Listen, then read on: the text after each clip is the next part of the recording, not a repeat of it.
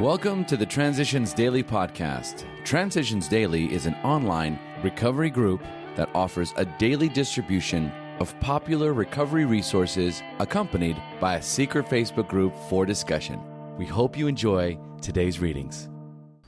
This is Transitions Daily for October 4th, read by Cindy L. from Fort Worth, Texas. AA Thoughts for the Day. Ground Zero. War fever ran high in the New England town to which we new young officers from Plattsburgh were assigned, and we were flattered when the first citizens took us to their homes, making us feel heroic. Here was love, applause, war, moments sublime with intervals hilarious. I was part of life at last, and in the midst of the excitement, I discovered liquor. I forgot the strong warnings and the prejudices of my people concerning drink. In time, we sailed for over there. We landed in England. I visited Winchester Cathedral. Much moved, I wandered outside. My attention was caught by a doggerel on an old tombstone. Here lies a Hampshire grenadier who caught his death drinking cold small beer. Ominous warning which I failed to heed. Bill W., Alcoholics Anonymous, page 1. Thought to consider. I have learned what the grace of God feels like. Acronyms. HEART, healing, enjoying, and recovering together. Just for today, endorsement from the 3 legacies of Alcoholics Anonymous. The news wires carried the news of Mr. Rockefeller's 1940 dinner, planned by John D. Jr., but attended and moderated by his son Nelson, all over the world. A few of the stories that appeared were somewhat lurid and ran under startling headlines. One headline informed the public, John D. Rockefeller dines tosspots. But all the stories plugged AA just the same. Even the tabloids gave us the glad hand. The total effect was to give Alcoholics Anonymous a public status of dignity and worth.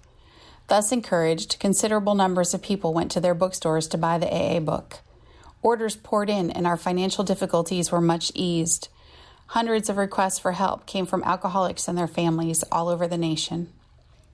Alcoholics Anonymous Comes of Age, pages 185 to 186. Daily Reflections. A necessary pruning. We know that the pains of drinking had to come before sobriety and emotional turmoil before serenity. 12 Steps and 12 Traditions, page 94. I love spending time in my garden, feeding and pruning my beautiful flowers. One day, as I was busily snipping away, a neighbor stopped by. She commented, "Oh, your plants are so beautiful. It seems such a shame to cut them back." I replied, "I know how you feel, but the excess must be removed so they can grow stronger and healthier." Later, I thought that perhaps my plants feel pain, but God and I know it's part of the plan, and I've seen the results. I was quickly reminded of my precious AA program and how we all grow through pain.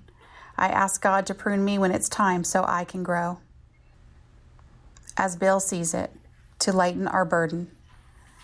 Only one consideration should qualify our desire for a complete disclosure of the damage we have done. That will arise when a full revelation would seriously harm the one to whom we are making amends, or, quite as important, other people. We cannot, for example, unload a detailed account of extramarital adventuring upon the shoulders of our unsuspecting wife or husband. It does not lighten our burden when we recklessly make the crosses of others heavier. In making amends, we should be sensible, tactful, considerate, and humble without being servile or scraping. As God's people, we stand on our feet. We don't crawl before anyone. 12 and 12, page 86. Alcoholics Anonymous, page 83. Big Book quote. Actually, we were fooling ourselves, for deep down in every man, woman, and child is the fundamental idea of God. It may be obscured by calamity, by pomp, by worship of other things, but in some form or other it is there. For faith in a power greater than ourselves and miraculous demonstrations of that power in human lives are facts as old as man himself. Alcoholics Anonymous, 4th edition, We Agnostics, page 55. 24 hours a day. AA Thought for the Day. Am I critical of other members of AA or of new prospects? Do I ever say about other members, I don't think they're sincere, I think they're bluffing, or I think they're taking a few drinks on the quiet? Do I realize that my doubtful and skeptical attitude is hurting those members, if only in my attitude toward them, which they cannot help sensing? Do I say about new prospects, they'll never make the program, or do I say they'll only last a few months? If I take this attitude, I am unconsciously hurting those prospects' chances. Is my attitude always constructive and never destructive? Meditation for the day. To be attracted toward God and a better life, you must be spirit guided. There is wonderful illumination of thought given to those who are spirit guided. To those who are material guided, there is nothing in God or a finer life to appeal to them or to attract them. But to those who are spirit guided, there is strength and peace and calm to be found in communion with an unseen Lord. To those who believe in this God they cannot see, but whose power they can feel, life has a meaning and purpose. They are children of the unseen Lord, and all human beings are their brothers and sisters. Prayer for the day. I pray that I may be spirit guided. I pray that I may feel God's presence and power in my life. Hazelden Foundation, P.O. Box 176, Center City, Minnesota 55012. I'm Cindy L., and I'm an alcoholic. We hope you enjoyed today's readings. You can also receive Transitions Daily via email and discuss today's readings in our secret Facebook group. So for more information, go to dailyaaemails.com today.